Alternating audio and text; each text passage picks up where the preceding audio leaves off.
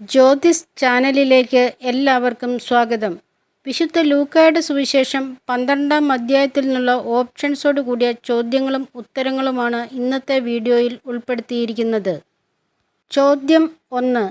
ഫരിസേയരുടെ കാപട്യമാകുന്ന പുളിപ്പിനെ സൂക്ഷിച്ചു കൊള്ളുവിൻ എന്ന് യേശു പറഞ്ഞു തുടങ്ങിയത് ആരോട്?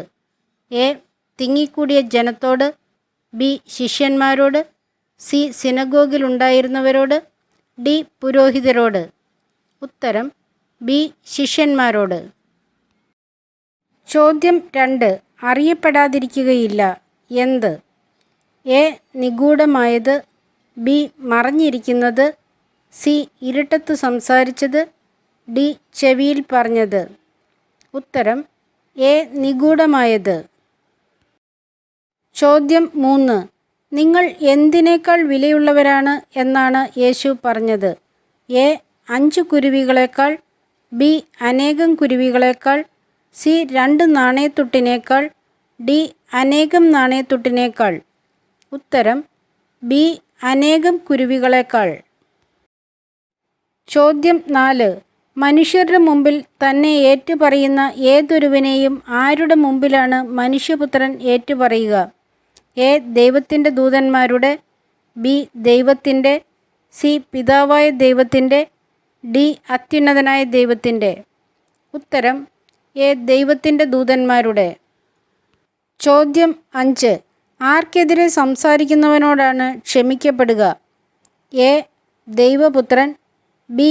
മനുഷ്യപുത്രൻ, സി. ദൈവദൂതർ, ഡി. പരിശുദ്ധാത്മാവ്. ഉത്തരം ബി. മനുഷ്യപുത്രൻ.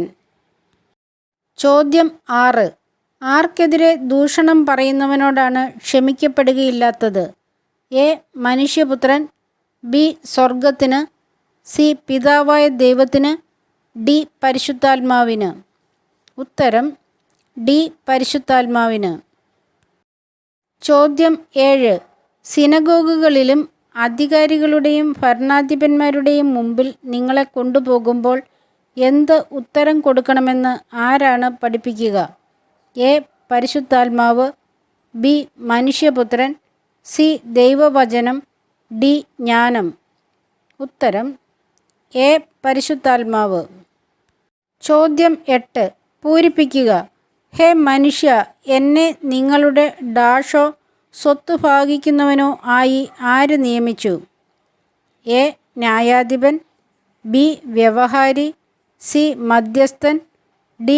നീതിപാലകൻ. ഉത്തരം എ. ന്യായാധിപൻ.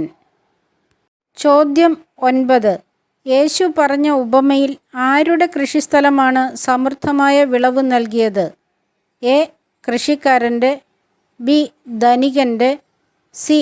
വ്യാപാരിയുടെ, ഡി. ദൈവഭയമില്ലാത്തവൻ്റെ. ഉത്തരം ബി. ധനികൻ്റെ. ചോദ്യം 10. ഭക്ഷണത്തിന് ഉപരിയായത് എന്ത്? എ. Jeevan, B. ശരീരം, സി. സമ്പത്ത്, ഡി. സൗന്ദര്യം. ഉത്തരം എ. ജീവൻ. ചോദ്യം 11. വസ്ത്രത്തിന് ഉപരിയായത് എന്ത്? എ. Jeevan, B. നൂൽ, സി. ശരീരം, ഡി. ലില്ലികൾ. ഉത്തരം സി. ശരീരം. ചോദ്യം 12. സർവമഹത്വത്തിലും ലില്ലികളിൽ ഒന്നിനെ പോലെ അലങ്കൃതനായിരുന്നില്ല ആര്? എ. ദാവീദ്, ബി. മനുഷ്യപുത്രൻ, സി. Solomon, D. ദക്ഷിണദേശത്തെ രാജ്ഞി. ഉത്തരം സി. സോളമൻ. ചോദ്യം 13. ചെറിയ അജഗണമേ, ഭയപ്പെടേണ്ട, നിങ്ങൾക്ക് എന്ത് നൽകാനാണ് പിതാവ് പ്രസാദിച്ചിരിക്കുന്നത്? എ. Sampath, B. സമാധാനം, സി. സ്വാതന്ത്ര്യം, ഡി. രാജ്യം. ഉത്തരം ഡി. രാജ്യം. സബ്സ്ക്രൈബ് ചെയ്തും ഷെയർ ചെയ്തും സഹായിക്കാൻ മറക്കല്ലേ. ചോദ്യം 14. പൂരിപ്പിക്കുക. നിന്റെ ഡാഷ് എവിടെയോ അവിടെ നിന്റെ ഹൃദയവും. എ. Sampath, B. സന്തോഷം, സി. നിക്ഷേപം, ഡി. കരുതൽ. ഉത്തരം സി. നിക്ഷേപം. ചോദ്യം 15. പ്രതീക്ഷിക്കാത്ത മണിക്കൂറിൽ വരുന്നത് ആര്? എ. കള്ളൻ, ബി. യജമാനൻ, സി. മനുഷ്യപുത്രൻ, ഡി. മണവാളൻ.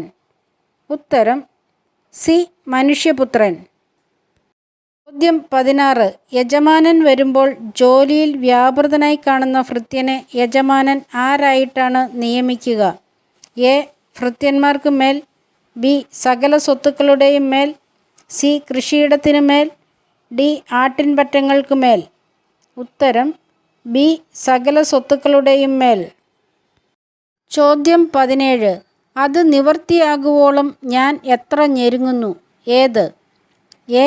ഒരു സ്നാനം, ബി. തീയിടൽ, സി. സമാധാനം, ഡി. ഭിന്നത. ഉത്തരം എ. ഒരു സ്നാനം. ചോദ്യം 18. ഭിന്നിച്ചിരിക്കുന്ന എത്ര പേരാണ് ഇനിമേൽ ഒരു വീട്ടിലുണ്ടായിരിക്കുക? എ. 5, ബി. 3, സി. 2, ഡി. 4. ഉത്തരം എ. 5. ചോദ്യം 19. തെക്കൻ കാറ്റടിക്കുമ്പോൾ എന്തുണ്ടാകും എന്നാണ് പറയുന്നത്? എ.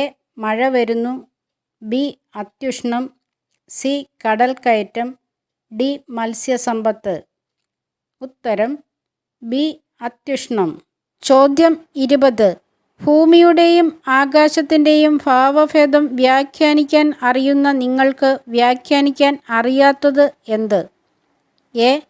ഈ കാലത്തെ, ബി. സ്വർഗരാജ്യത്തെ, സി. മനുഷ്യപുത്രനെ, ഡി.